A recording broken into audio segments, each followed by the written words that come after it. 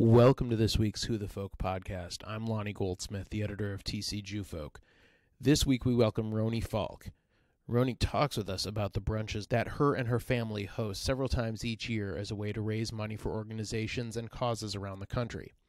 Roni tells us how these got started, how she uses them to teach her kids about tzedakah and tikkun olam, and why what's happening on the southern border has become so important for her on this week's Who the Folk podcast. Roni Falck, thank you for joining us on this week's Who the Folk podcast. Thanks. I'm glad to be here.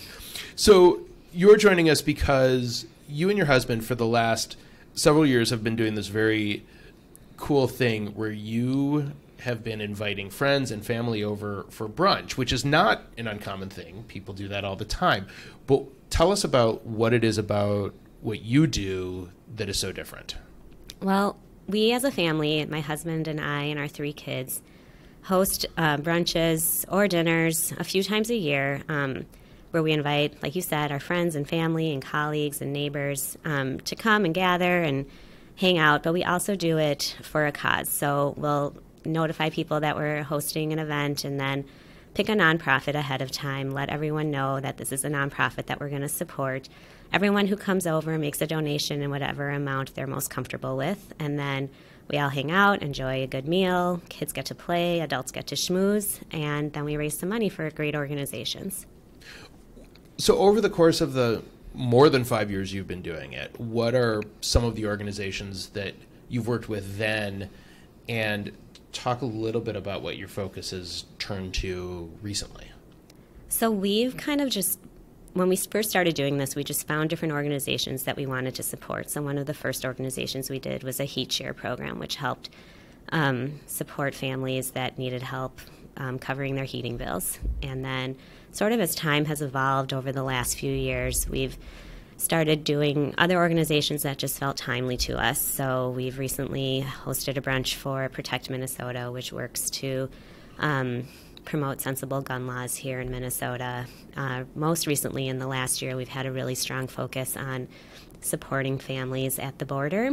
So we've done some fundraisers for an organization called RACES and another organization called the Young Center for Immigrant Children's Rights.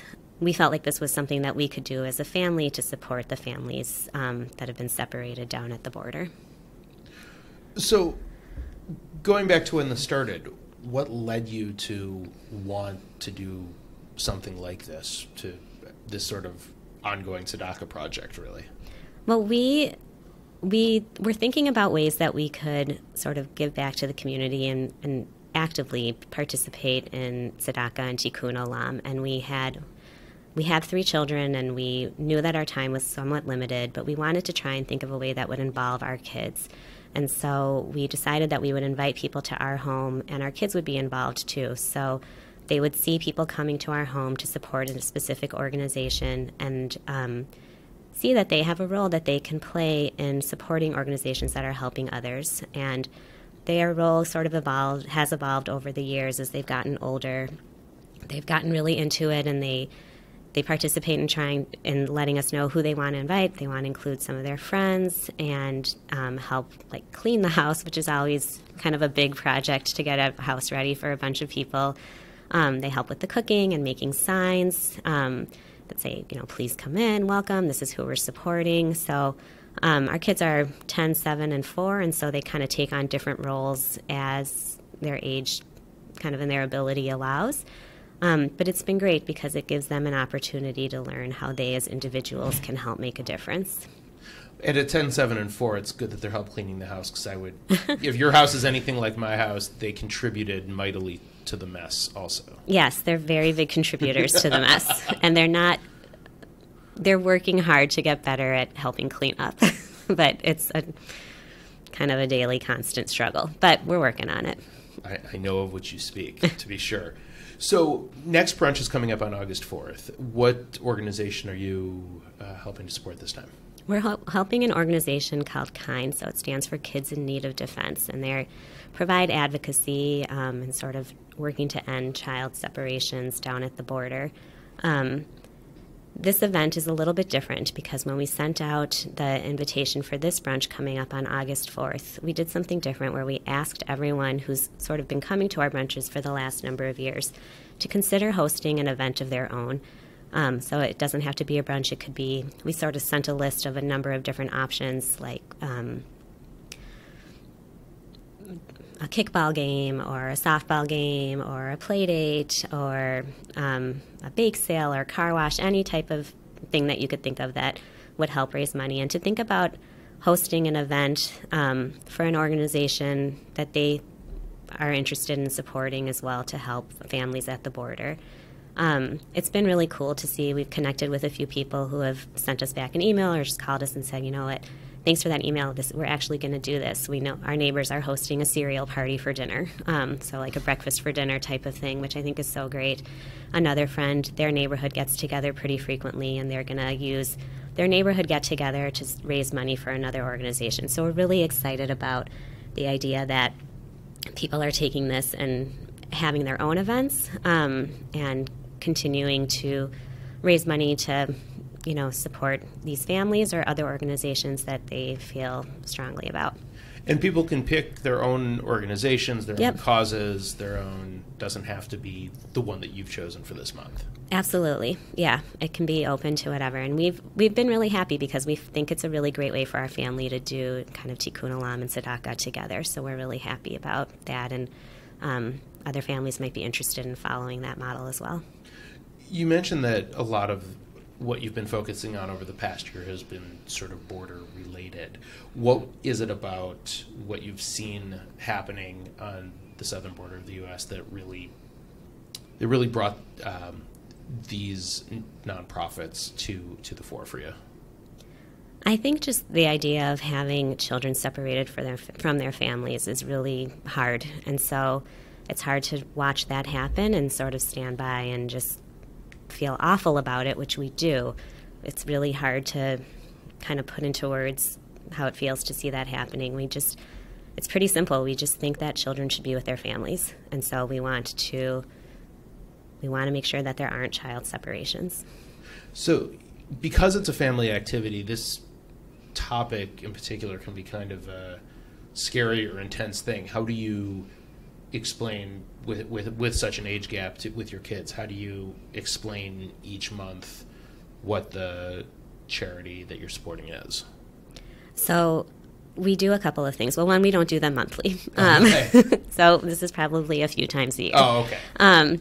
But depending on their age, so with our daughter who's older, and we've been doing this for the last year, and she knows more about what's happening, and she knows that there have been family and child separations, and it's scary, but we've talked with her about kind of what that means and what our role is to try and help those families. But with our younger kids, all we've said is that we're raising money to try and help families that want to come to this country. And we don't talk about family or child separations with our younger boys. So for people who are interested in sort of following this model, is there a big ask or spiel at all on your part, speeches or explaining the organization or, why you're wanting to get involved with a particular group, or is that all done ahead of time? So we don't really do that at ours. We think that especially now when the organizations that we've been supporting are hard to understand for kids at some level. We haven't really done a spiel, but when we send out the email inviting people to come, we'll list the organization that we're supporting, and then we'll include a link and some other background information. And then we think it's up to the individual families to either share with their kids like what the organization does or not. And so because there is such a big age range, we don't want to talk about it in front of a 2-year-old, and it'd be a different conversation with a 2-year-old and a 12-year-old. And so when everyone comes to our house, it's like an open house. People come whenever they want within the time frame. We always make a lot of food, which is fun. And everyone helps out too. Like, we're in the kitchen, our friends come, they help out in the kitchen. Our last brunch, a friend of mine from high school was in there flipping pancakes, and while Mike and I had to go do something else, or we were helping out with one of our kids, and we don't use paper goods, so everyone's kind of helping wash the dishes and get everything ready for the next group that's coming in. So it's really cool and it's really fun, and everyone pitches in, which is great. And then there's a box there that we're pretty old school with financial stuff, so we don't do Venmo or anything like that. We just have a box and people can put in checks or cash or whatever. And then at the end of when everyone leaves, then our kids count it all up and they're really excited to see how much we raised. And it's really easy. I mean, it's a couple, like one run or two to Costco to get a ton of fruit and get all the other supplies. And otherwise, it's like a pretty, not a huge effort to get it going. And then once everyone's there, we get to really hang out with our friends, which is great. And our kids get to too. So it's been fun. And as I know from experience, when you have kids, it becomes harder and harder to just hang out with friends sometimes. Yeah. So it's great. We get to, yeah, it's really fun, and it's fun to see our friends and to see our friends' kids hang out with our kids and get to socialize with that many people all at once. And you're right, it does get harder to actually socialize with your own friends and hang out. So this is a nice way to just catch up with everyone and do it and support a really important organization and important work. So it's been good. So when you're not organizing these brunches several times a year, what is your day job? So I work for an organization. What I kind of describe as my work is that I help seniors and people with disability not get isolated and not be lonely at home. So I work with programs that enable people to live at home independently, but they might need some additional support during the day. So they attend a day program for exercise, nutrition, socialization, that type of a thing, and then go home to loved ones in the evening. Is that type of isolation common as adults age? Yes. I think there was a study that talked about that most older adults spend most of their time alone. Really? Yeah, and social isolation can manifest itself in physical ways. Like it's akin, I think, to smoking like 15 cigarettes a day. Like the physical effects of being alone for really long periods of time can affect your physical health. Clearly, it can affect your emotional well-being and your mental well-being, but it also has physical sort of manifestations as well. Is it placement to help for the seniors to find like activities that they're interested in? How does that typically work?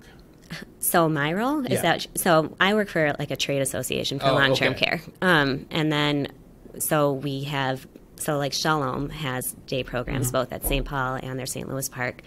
And so they would, if Shalom had a question about a regulation or something like that these are all licensed programs, then they would contact me and I would help them kind of understand how it works. And my role is to try and sort of raise the profile of day programs, which is great that I'm talking about it right now.